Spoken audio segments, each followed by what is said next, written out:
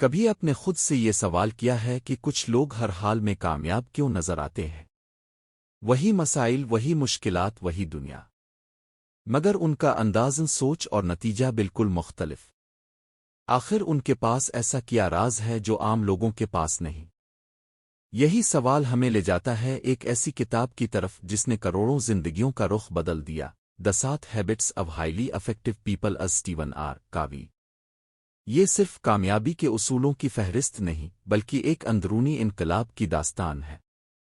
سوچئے، ایک نوجوان ہے جو بار بار ناکام ہو رہا ہے۔ وہ ٹائم مینجمنٹ سیکھتا ہے، موٹیویشنل ویڈیوز دیکھتا ہے، نئے طریقے آزماتا ہے، مگر کچھ عرصے بعد سب کچھ پھر وہیں آ جاتا ہے۔ کووی ہمیں بتاتے ہیں کہ مسئلہ تکنیک کا نہیں، کردار کا ہے۔ ہم باہر کی دنیا بدلنے کی کوشش کرتے ہیں مگر اندر جھانکنے سے ڈرتے ہیں۔ یہی وہ لمحہ ہے جہاں کتاب ہمیں پہلا جھٹکا دیتی ہے۔ اگر آپ نتائج بدلنا چاہتے ہیں تو پہلے اپنی اینک بدلیں، اپنا پیراڈائم ہی بدلیں۔ کووی پرسنالٹی ایتھک اور کریکٹر ایتھک کا فرق واضح کرتے ہیں۔ پرسنالٹی ایتھک کہتی ہے کہ مسکرا کر بات کرو، متاثر کرو، تاثر اچھا دو، مگر کریکٹر ایتھک کہتی ہے کہ ایمانداری، دیانت، ذمہ داری اور اصولوں پر کھڑے ہونا اصل طاقت ہے۔ اور پھر وہ ہمیں پہلی عادت کی طرف لے جاتے ہیں، بی پرو ایکٹیو۔ فعال بنیں، رد عمل نہ دیں بلکہ عمل کریں۔ زندگی میں جو کچھ ہو رہا ہے اس کا ذمہ دار صرف حالات نہیں، آپ کا رد عمل ہے۔ یہی وہ لمحہ ہے جب انسان سمجھتا ہے کہ وہ بے بس نہیں، با اختیار ہے۔ دوسری عادت ہمیں ایک اور گہری سوچ میں لے جاتی ہے، begin with the end in mind. Covey کہتے ہیں کہ تصور کریں آپ اپنی آخری رسومات میں موجود ہیں، لوگ آپ کے بارے میں کیا کہیں؟ کیا آپ چاہتے ہیں کہ لوگ کہیں وہ دولت مند تھا؟ آئیے کہ وہ ایک سچا، وفادار اور باکردار انسان تھا۔ اس سوال میں ایک عجیب سی سنجیدگی ہے۔ یہ ہمیں مجبور کرتا ہے کہ ہم اپنی زندگی کا مقصد واضح کریں۔ بغیر منزل کے سفر تھکا دیتا ہے، مگر واضح مقصد انسان کو سمت دیتا ہے۔ پھر آتی ہے تیسری عادت، پٹ فرسٹ تھنگز فرسٹ۔ ہم سب مصروف ہیں، مگر کیا ہم واقعی مؤثر ہیں؟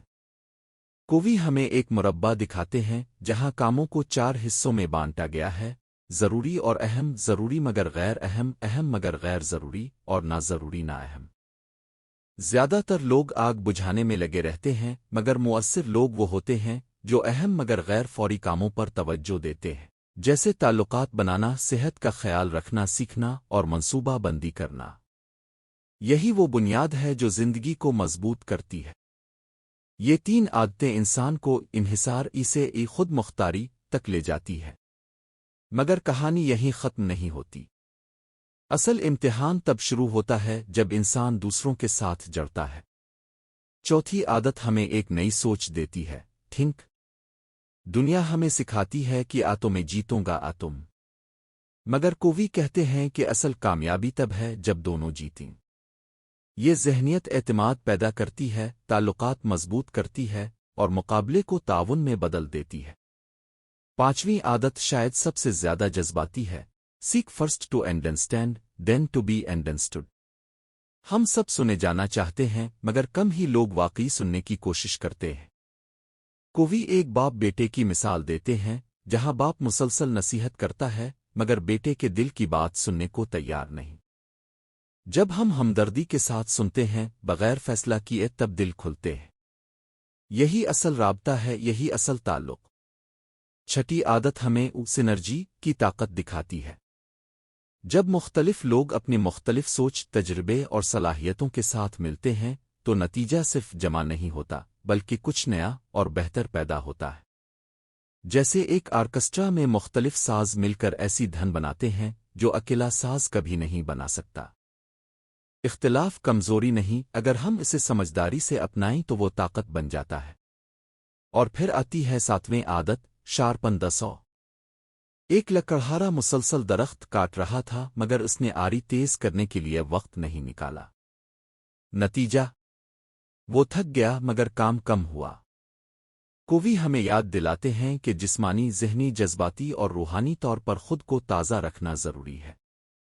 ورزش، مطالعہ، تعلقات کی دیکھ بھال اور عبادت اور روحانی سکون، یہ سب ہماری آری کو تیز رکھتے ہیں۔ اگر ہم خود کو بہتر نہیں بنائیں گے تو دنیا ہمیں پیچھے چھوڑ دے گی۔ کتاب کا حسن یہ ہے کہ یہ فوری نتائج کا وعدہ نہیں کرتی۔ یہ آہستہ گہرے اور مستقل تبدیلی کی بات کرتی ہے۔ یہ ہمیں بتاتی ہے کہ کامیابی کوئی شارٹ کٹ نہیں بلکہ ایک مسلسل عمل ہے۔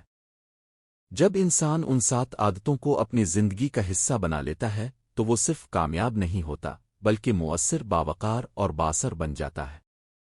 آخر میں ایک سوال آپ کے لیے چھوڑتا ہوں، اگر آج آپ اپنی زندگی کی سمت بدلنے کا فیصلہ کریں تو پہلی عادت کون سی اپنائیں گے؟ کیونکہ اصل طاقت کتاب میں نہیں، آپ کے فیصلے میں ہے۔